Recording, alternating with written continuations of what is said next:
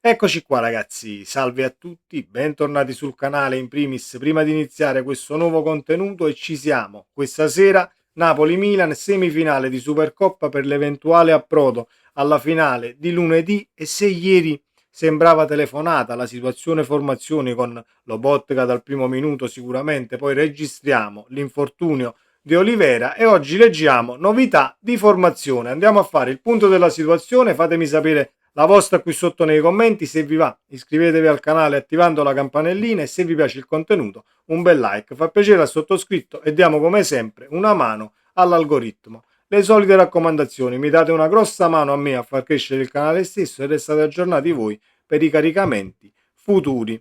Andiamo dritti al punto. Le probabili formazioni, perché potrebbe esserci una novità sulla tre quarti a sinistra e non solo. Antonio Conte sembra orientato a confermare il 3-4-2-1, ma potrebbero esserci alcune novità. Savic a difesa dei pali, la difesa Beuke, Maracmani, Di Lorenzo, Scala nei tre di difesa per far posto a Politano, quarto di centrocampo, e quindi Politano, Lobotka, Scott e Spinazzola a sinistra. Novità, o meglio potrebbero esserci novità per quanto riguarda la tre quarti a sinistra: Noah Lang o Elmas, confermati Neres e Højlund. E mi soffermo su questa situazione perché per quanto riguarda l'inserire un altro centrocampista e togliere un esterno di ruolo, ci sono le dichiarazioni di Filardi che ovviamente la spiega così: sentendo un po' di notizie in giro, pare che giochi Elmas al posto di Noah Lang, dice Filardi, e secondo me questa mossa di Conte viene fatta per pareggiare gli uomini a centrocampo, visto che il Milan gioca con una mediana a 3 e il Napoli a 2.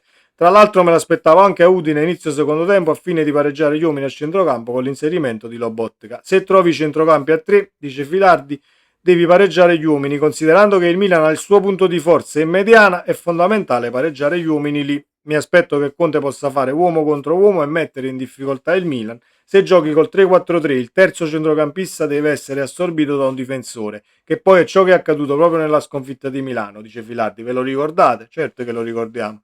Marianucci esce forte e poi Pulisic se ne va. Per non incappare nello stesso errore, inserisci un centrocampista in più e quindi vai a pareggiare in mediana. Però il pensiero che ovviamente, il primo pensiero che vi viene e che mi viene, dici però pareggiamo un centrocampista, però perdiamo ovviamente in ripartenza, perdiamo un eventuale diciamo esterno sulla tre quarti di ruolo che potrebbe saltare l'uomo. Questo sì, però diciamo che non sono tanto lontano dalle considerazioni che ha fatto Filardi. Poi vedremo se avrà ragione il Napoli sul campo, e nel caso parte Elmas dal primo minuto, perché poi sono tutte dichiarazioni e indicazioni che riceviamo a ridosso del match, quindi non dovrebbero esserci grossi cambi per quanto riguarda la formazione. Poi può darsi pure che esce la formazione ufficiale e andiamo a vedere il tridente Neres, Noah Lang e Højlund. Però dal punto di vista tattico le considerazioni di Filardi non sono assolutamente sbagliate. Mi auguro che però aumentiamo la pericolosità contro un Milan, visto contro il Sassuolo, che comunque ha sofferto dal punto di vista delle occasioni che ha creato la squadra di Grosso. Detto questo, il Milan, Massimiliano Allegri dovrà fare a meno di Gabbia, ma dovrebbe ritrovare due titolari. Per il resto pochi dubbi: 3-5-2 in porta, Maignan, Tomori, Pavlovic e De Winter. A centrocampo torna Fofana che insidia Loftus-Cheek, poi non si toccano Rabiot e Modric ovviamente, mentre sugli esterni agiranno Saelemaekers e Bartesaghi. Però non è detto che giochi Bartesaghi in attacco. Leao spera di poter essere almeno in panchina, ma sarà dura, quindi ci sarà Nkunku a fare coppia con Pulisic.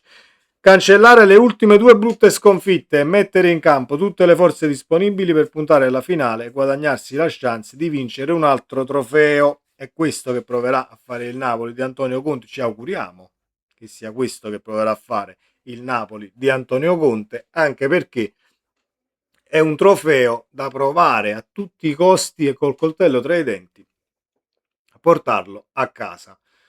Ovviamente il format, non il format, c'è la domanda sul format, dove Antonio Conte in conferenza stampa ieri risponde: non ho mai giocato la Supercoppa con le semifinali, con questo nuovo format. Poi si può essere d'accordo o meno, io non sono d'accordo sul format per il semplice fatto che si chiama Supercoppa, perché si gioca tra due vincitrici di qualcosa. Poi se ci mettiamo la seconda arrivata in Coppa Italia, la seconda arrivata in campionato, diventa più una competizione per incassare una partita in più, ovviamente accordi anche con l'Arabia Saudita quando si poteva, per quanto mi riguarda, gestire, si può gestire, ma non è da ieri che si gioca in Arabia, non sto ovviamente scoprendo l'acqua calda, però due partite, giocarla su due partite, perfetto, nuovo format, va bene, ci passiamo anche sopra, ma si potrebbe comunque fare in Italia incassando nei confini e cercando di monetizzare tra federazione forse qualcosina in più, perché comunque ho letto gli introiti dell'eventuale competizione 2 milioni e 4 alla semifinalista perdente o vincente, 6 milioni e 7 alla perdente finalista e 9 milioni e mezzo più 1 e mezzo a chi vince la coppa. Quel milione e mezzo però è dato da un eventuale amichevole con la squadra vincitrice della Supercoppa locale, quindi per un totale di 11 milioni di euro la competizione porti a casa questi 11 milioni di euro, possono far comodo nella sessione di mercato di gennaio, siamo tutti d'accordo, ma il punto è non riusciamo a pareggiare quantomeno il movimento di denaro e questi 11 milioni di introiti nei confini.